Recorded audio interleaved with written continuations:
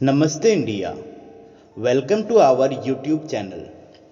मैं रंजीत आज आप लोगों के सामने सुदर्शन चक्र के टॉपिक के साथ आया हूं।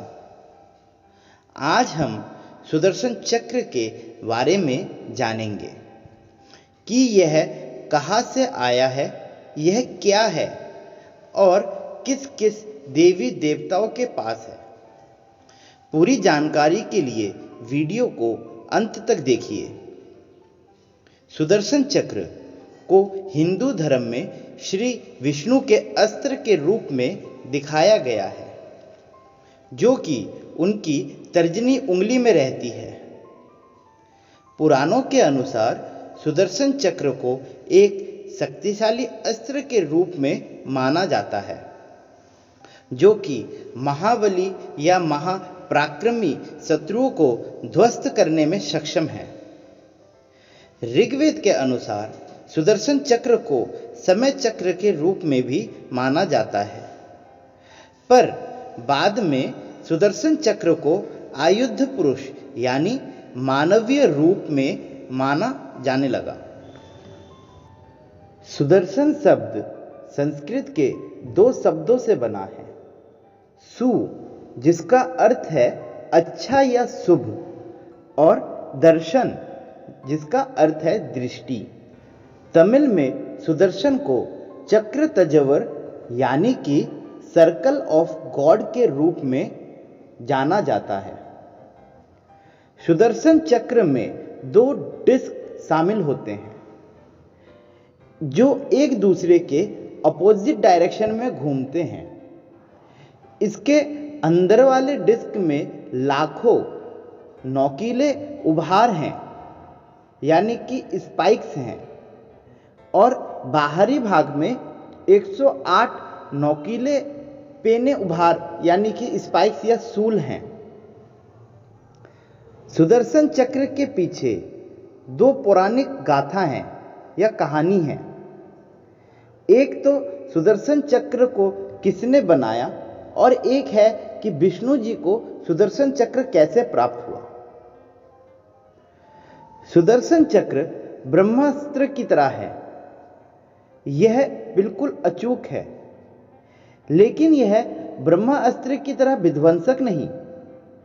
लेकिन इसका प्रयोग अति आवश्यक होने पर ही किया जाता है, क्योंकि इसे एक बार छोड़ने पर यह दुश्मन को खत्म करके ही दम लेता है। सुदर्शन चक्र के निर्माण विज्ञान को अत्यंत गुप्त रखा गया है। पुराणों के अनुसार सुदर्शन चक्र का निर्माण विश्वकर्मा जी ने किया था, और इसका निर्माण करने के बाद उन्होंने इसे शिव के पास सौंप दिया था। एक बार जब असुरों के डर से देवतागण श्री विष्णु के पास जाते हैं और असुरों से बचाने के लिए उनसे विनती करते हैं, तब विष्णु जी सुदर्शन की प्राप्ति के लिए शिव की पूजा करते हैं। वह प्रतिदिन शिव जी पे एक कमल के फूल अर्पित करते हुए उनकी आराधना करते थे, परंतु आखिरी कमल के फूल को बाबा भोलेनाथ ने या शिव ने परीक्षा के रूप में छुपा दिया। विष्णु जी समय पे पूजा करने के लिए कमल के फूल को ना पाके कमल के फूल की जगह अपनी एक आंख को शिव पे अर्पित कर देते हैं, जिससे शिव प्रसन्न होकर उन्हें सुदर्शन चक्र दे देते हैं, ताकि वह असुरों का नाश कर सके। सुदर्शन चक्र की ऊर्जा इतनी थी कि उसकी ऊर्जा को 3 हिस्सों में बांटा गया। एक हिस्सा शिवजी के पास रहा, जिसे वरेंदु चक्र कहा जाता है, और एक हिस्सा देवी मां शक्ति के पास रहा, जिसे मृत्यु मंजरी कहा जाता है, और एक हिस्सा विष्णु जी के पास रहा, जिसे हम सुदर्शन चक्र के नाम से जानते हैं। मान्यता है कि श्री कृष्ण को सुदर्शन चक्र देवी मां शक्ति की आराधना से प्राप्त हुई थी।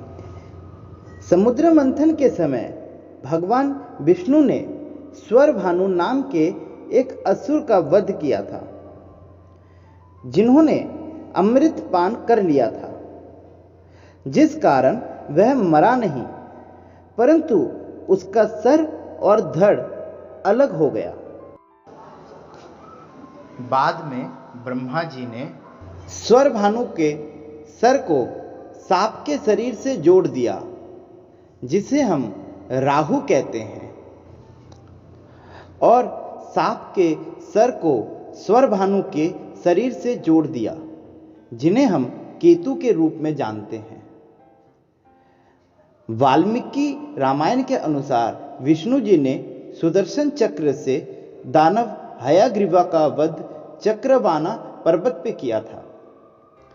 महाभारत में भी श्री कृष्ण के द्वारा कई बार सुदर्शन चक्र के प्रयोग के बारे में हम जानते हैं, जैसे जयद्रथ के समय सूर्य को छुपाना हो या शिशुपाल का वध।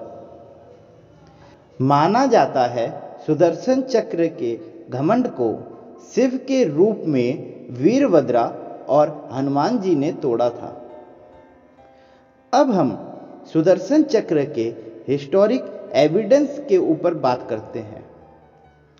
वृष्णि साम्राज्य, जो कि यदुकुल से संबंध रखते हैं और लगभग 5000 साल पुराना साम्राज्य है, उसमें सिल्वर के कुछ कॉइन हैं जो आज प्राप्त हुए हैं, और उनमें सुदर्शन चक्र का डिजाइन बना हुआ मिलता है, और सुदर्शन चक्र के जैसे दिखने वाले मेटल स्ट्रक्चर भी पाए गए हैं, जो कि आज के ईरान अफगान बॉर्डर पर शहर ए सुख्ते, जो कि यूनेस्को साइट है, वहां पाए गए हैं।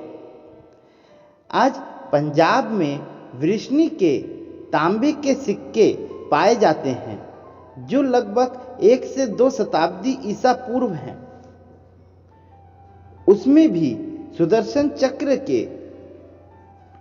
रूप के आकार को उन सिक्कों पे उभारा या बनाया गया है। वासुदेव कृष्ण की एक छवि के साथ 180 ईसा पूर्व का एक सिक्का या एक कॉइन अफगानिस्तान के कुंदुज क्षेत्र में आई खानन के ग्रीक बैक्टीरियन सिटी में पाया गया है, जिसमें सुदर्शन चक्र का चिन्ह बना हुआ है। कई जगहों पर यह भी माना जाता है कि सुदर्शन चक्र अंधकार, राग, द्वेष, ईर्ष्या भाव, अज्ञानता और निर्दयी भाव को खत्म कर शत्रु में ज्ञान, सहजता, सत्य को भरता है, जिससे शत्रु के अंदर की बुराई नष्ट हो जाती है। हमारे वीडियो का लक्ष्य आपको ज्ञान की तरफ ले जाना है। आज के समय सनातन धर्म का ज्ञान लुप्त होता जा रहा है, इसलिए यह प्रयास है कि हम आप सब मिलके इन छोटी छोटी चीज़ों को समाज को बताएं, ताकि उन्हें भी सनातन धर्म का ज्ञान हो और वेस्टर्न कल्चर की जगह इंडियन कल्चर को बढ़ावा मिले। आपको ये वीडियो कैसी लगी कमेंट करके बताएं। धन्यवाद, और लाइक, शेयर एंड सब्सक्राइब करिए ताकि आपको अगली वीडियो प्राप्त हो सके।